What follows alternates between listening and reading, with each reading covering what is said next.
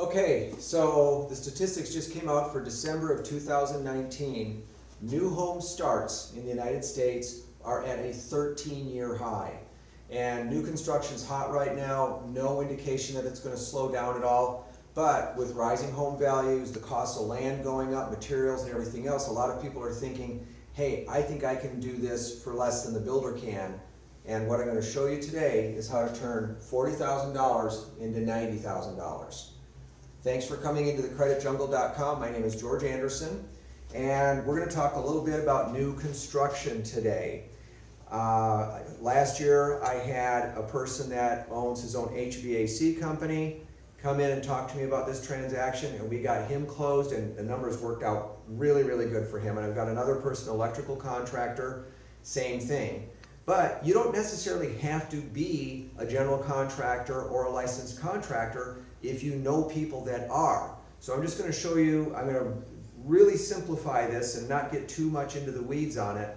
But if you are purchasing a home from a builder and that home is going to cost $400,000, $100,000 for the lot, $300,000 for the house, you really don't know what those breakdowns are when you're buying it from the builder. But if all you have is a 10% down payment, it doesn't matter what that house is going to appraise for. The house appraises for a lot more money, and that's been happening with a lot of people. That extra difference between the purchase price and the appraised value, the only thing that that does is help the bank if they ever have to foreclose on you and take the house back. It doesn't improve the terms of your loan. An appraisal, when you're purchasing a house, can only do one thing. It can screw it up. It can't help the transaction.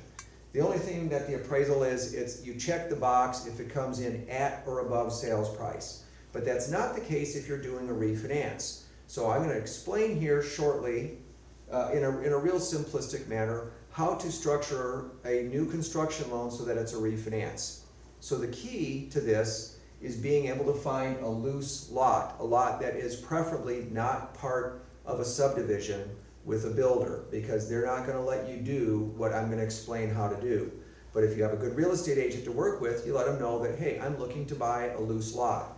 Well, on that lot, if you can put down your 10% that you would have put down here and put it down on the lot, you're going to have a $40,000 down on the lot, and then the rest of that, whether that is a combination of part of the cost of the lot being subordinated or financed by the seller of the lot, or if it's all financed by the construction loan, you're still looking at financing the $360,000. And a lot of people, if they know a general contractor or if you're pretty handy yourself, you can probably go in and finish the basement or do some other upgrades for the cost that the builder would have charged for a very basic package.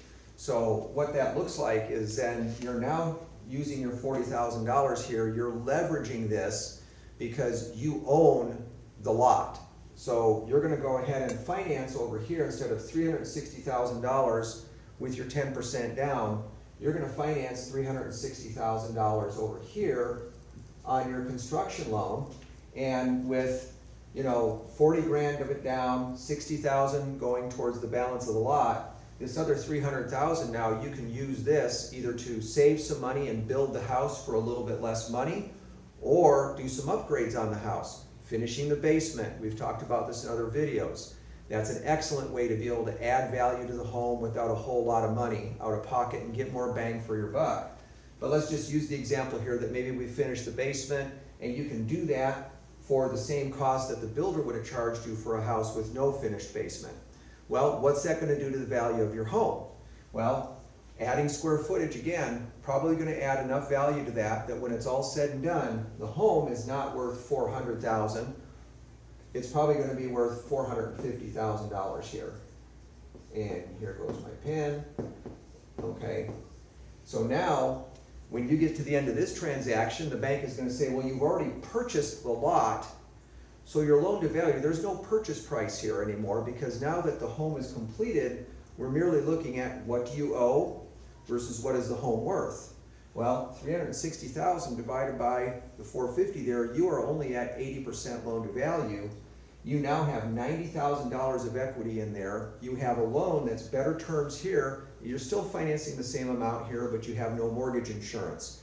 You spent the same amount of money, here you don't have a finished basement, here you do have a finished basement. Much more leverage, you just turned your $40,000 into $90,000, and you have a lower mortgage payment on the same amount of money that you finance. This is not anything new. People have been doing this for as long as they've been building houses, and this is a great way if you have some resources, and if you have enough, roughly about 10% to put down on what the builder would have charged. If you can find a loose lot, you can turn that into 20%. So hopefully that's a great tip for anybody that wants to consider getting into this hot new construction market and leveraging your contacts and maybe a little bit of elbow grease if you want to put in some of the labor yourself. So this is how you do it. Thanks for coming into thecreditjungle.com. Push button, get mortgage professional. This is George Anderson. I hope to see you soon. Thanks so much.